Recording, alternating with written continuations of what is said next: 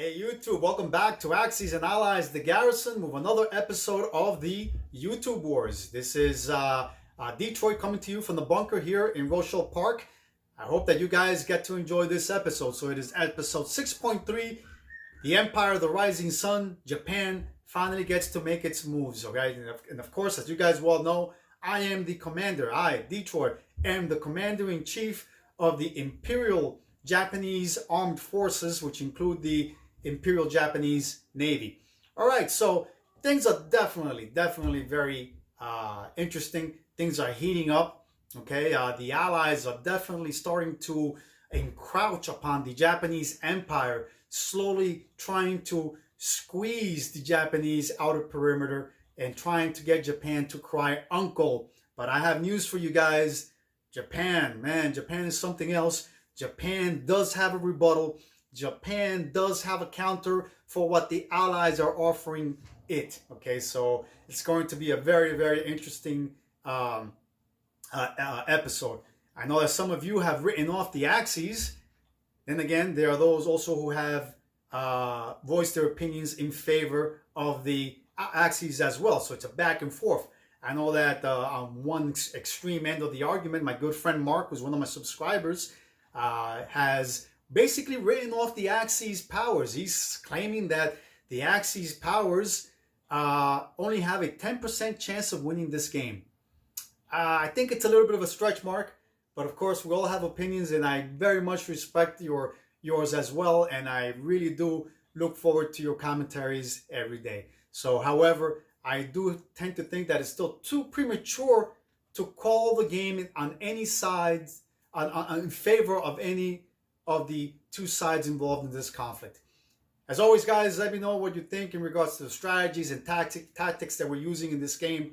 I hope you enjoy this episode as well. All right, guys, welcome back. This is episode 6.3, and finally, Japan gets to make its moves in this round. All right, so let's review the current ground and naval situation for the Japanese Empire, the Empire of the Rising Sun.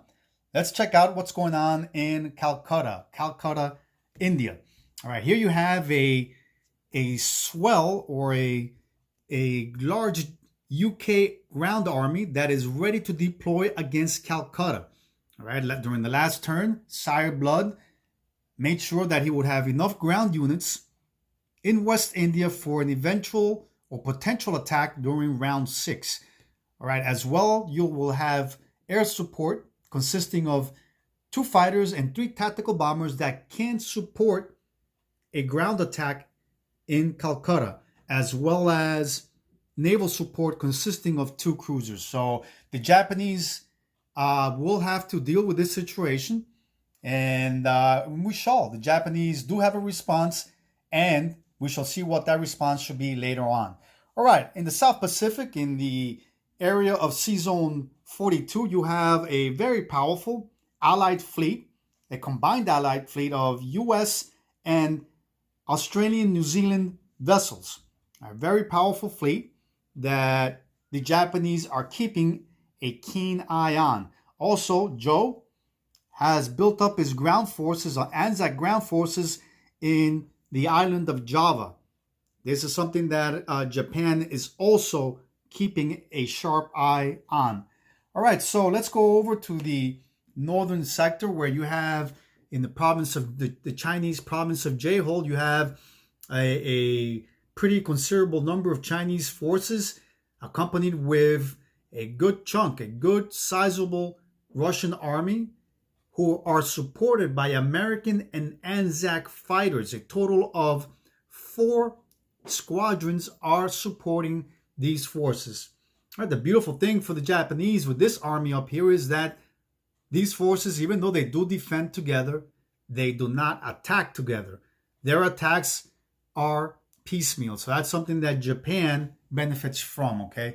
So we shall see then how it is that the Japanese respond to this Allied aggression or encroachment on the outer perimeters of the Japanese Empire. So let's go ahead with the purchases that I made for the Empire of the Rising Sun. Japan starts this turn with a total of 51 IPCs. As you can see here, Japan will be purchasing 2 destroyers, 2 naval transports, 5 infantry, and 1 armored division. All right, Japan will be declaring a total of 3 battles. Okay, and I'm jumping the gun here, okay, because I was making my movements. But let's do this battle in any case. All right, in this battle, you will have the 1 fighter here, okay, actually coming from the one of the carriers in Sea Zone 19 at a movement of 1 and 2. All right, this naval fighter will have 2 movements left in its fuel gauge. This naval transport will be an auto kill.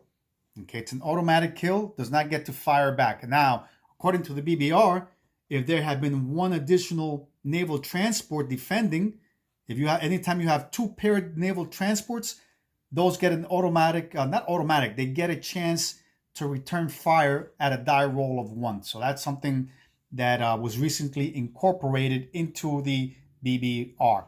All right, battle number 2. Here you have 3 Japanese infantry coming from Xi'an State, moving in and attacking the single U.S. infantry ground division in French Indochina. This fighter, okay, is coming over from Xi'an State as well at a movement of 1 and 2. This fighter will have 2 movements left in its fuel gauge as well. Okay, last but not least, the battle for Kwangsi. This battle, you have 1 Japanese infantry division coming from Kwangtong at a movement of 1.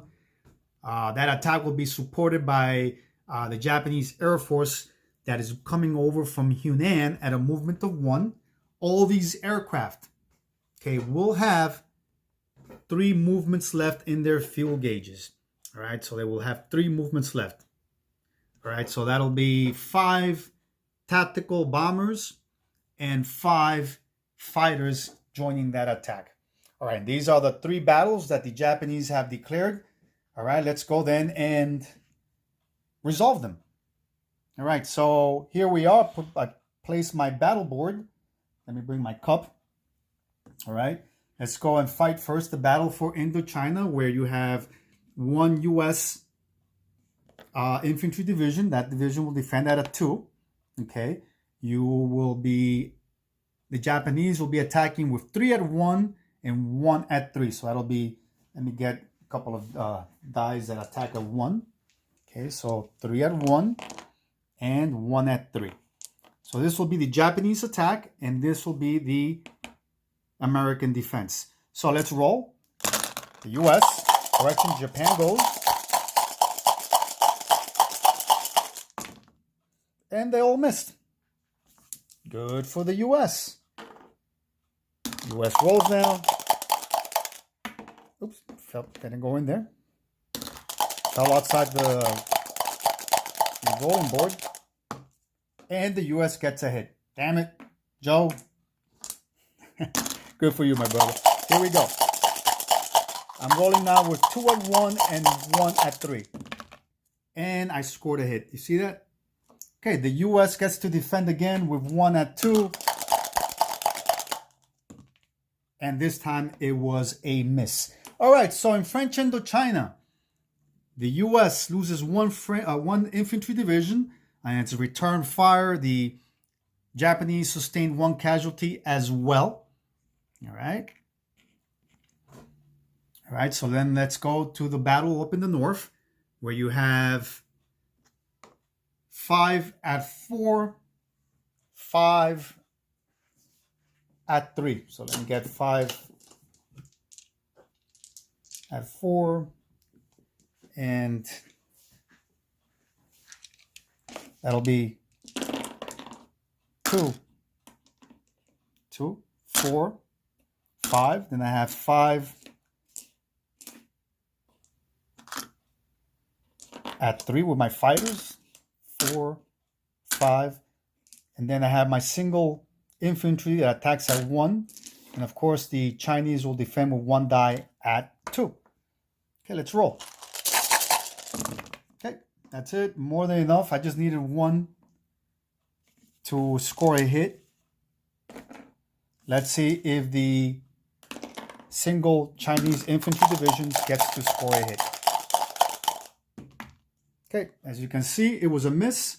So on their return fire, the Chinese were unable to inflict any casualties on the Japanese. So that territory now is under Japanese control. All right, so let's go ahead then with the non-combat movements for this turn.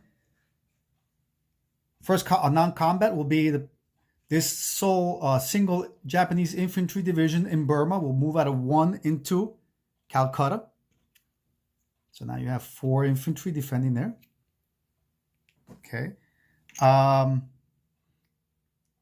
The Japanese fighter that had joined the attack in French Indochina still has 2 movements left. Okay, this fighter will move 1 and 2. Okay, it's now on the sea zone off the coast of the Philippines, sea zone 35. All right. The U.S. fighter that sunk, the Japanese fighter that sunk the U.S. naval transport in sea zone 36 has 2 movements left, and it'll go 1 and 2, and it'll land on the Philippines. All right. The Japanese fleet that attacked in Kwangsi, they all have 3 movements left in the fuel gauges, and it'll be at a movement of 1, 2, and 3, and they will redeploy and land in Calcutta. So it's going to be a total of 5 tacticals and 5 fighters in Calcutta. All right, so what else? Let's move this chip. Done with that. All right, so let's go up. Let me see if I can reach. Should be able to reach. All right, the Japanese fleet in sea zone 19 will make steam at a movement of 1 and 2, 1 and 2. Okay, so that's 2 carriers, battleship, 2 cruisers, and a naval transport. The fighter in sea zone 19, coming from one of the carriers, moves south. 1, 2, and will land on the Philippine Islands. Okay, this fighter that came over from Shan State that participated in the attack on French Indochina will land on one of the Japanese carriers. Okay, that's what we have there. Okay. The 3 submarines in sea zone 19 will make steam and will also go or generate steam. Why not? Let's call it that. Will move south also and now be off the coast of the Philippine Islands as well. Okay. Okay. The remainder of the Japanese fleet, consisting of 1 carrier in sea zone 19, 1 carrier, 1 battleship, 2 submarines, and let me just make a correction here, by the way. The naval transport, okay, actually both naval transports will pick up on their way south. 1 will pick up 1 artillery, an additional artillery in Kiang Sea, pick up 2 infantry, all right, and drop them off in the Philippine Islands. Okay, I was forgetting to do that. That's part of my strategy. There you go. So currently in the Philippine Islands, you have 2 Japanese infantry and 2 artillery. Okay. Now the rest of the Japanese fleet, let me get back here now. Let me remove these memory aids. Okay. The remainder of the Japanese fleet in sea zone 19 consisting of 1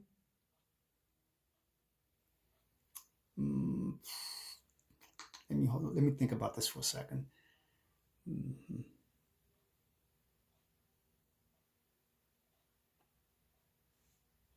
Okay, yeah. The remainder of this fleet, which consists of 2 submarines, a battleship, and a destroyer, will move into sea zone 6. Okay.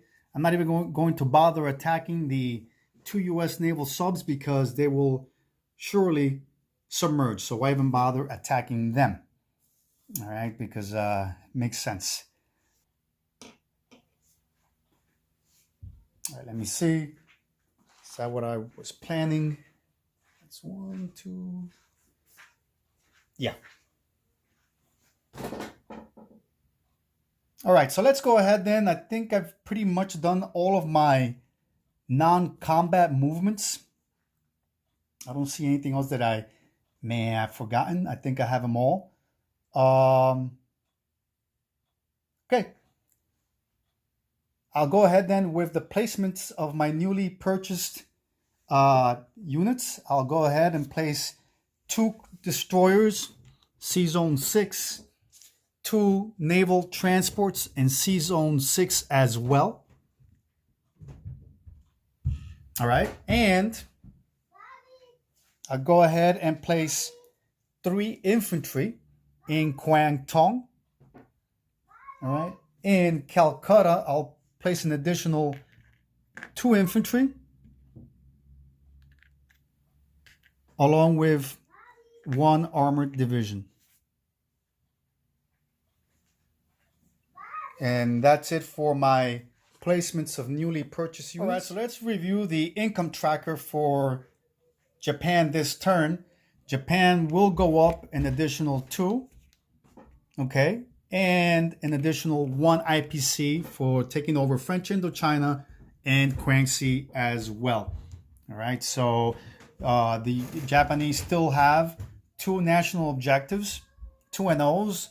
They're still occupying Calcutta and also control this region, all 5 territories here: Burma, Shan State, Malaya, Siam, and French Indochina, which is an additional 5 IPCs. So that's 10 IPCs total that the Japanese are collecting this round. So total 10 national objectives points, for this round. So in total, Japan will be collecting a total of 44 IPCs that it will carry over to round 7. All right, so let's recap the allocation of forces for the Japanese. The Japanese currently in Calcutta, India, have a total of 1, 2, 4, 6 infantry divisions, 1 armor, 5 tactical bombers, and 5 fighters defending India. All right. In French Indochina, you have 2 infantry divisions and 1 minor industrial complex. In Guangxi, you have 1 infantry. In Kwangtung, 3 infantry and 1 minor industrial complex. In Sumatra, you have 1 artillery. Somehow I removed this Japanese roundella by mistake. So you have 1 artillery in Sumatra. In Borneo, you have 1 infantry division. In New Britain, you have 2 infantry. C-Zone, what C-Zone is this? C-Zone 35 off the coast of the Philippines, you have 3 submarines, 2 naval transports, 2 destroyers, 1 battleship, 2 carriers with 2 fighters and 2 tacticals on board. On the Philippine Islands, you have 2 infantry, 2 artillery, and 2 fighters as well. In Iwo Jima, you have 1 infantry. C-Zone 6, you have 2 submarines, 1 battleship, 1 carrier, 2 destroyers, 2 naval transports. In mainland Japan, you have 1 tactical, 1 fighter. You have 8 infantry, 1 artillery, and 3 AAAs. And I believe that does it for the allocation of forces for Japan. So, guys, what do you think? Let me know if you think that the strategies that I'm using here are worth using. Okay, what do you think of the Japanese buildup in Calcutta? Do you think that SARD will attack? Or is this just a bluff? Is Sire thinking of doing something else, maybe like going into Southeast Asia, or is he thinking of potentially just going back into the Middle East? All right, so definitely a lot of options that the Allies have, but the Japanese also have a lot of options. Okay, because now the Japanese are projecting power not only into Southeast Asia, but they're also threatening mainland Australia. So that's food for thought, because now you have a Japanese fleet off the coast of the Philippines. And let's not forget that the Japanese have now built up a second fleet in Sea Zone 6 that threatens Hawaii. Food for thought, guys. So, as I like to say, let me know what you're thinking. And as always, don't forget to bunker down and play. Till next time.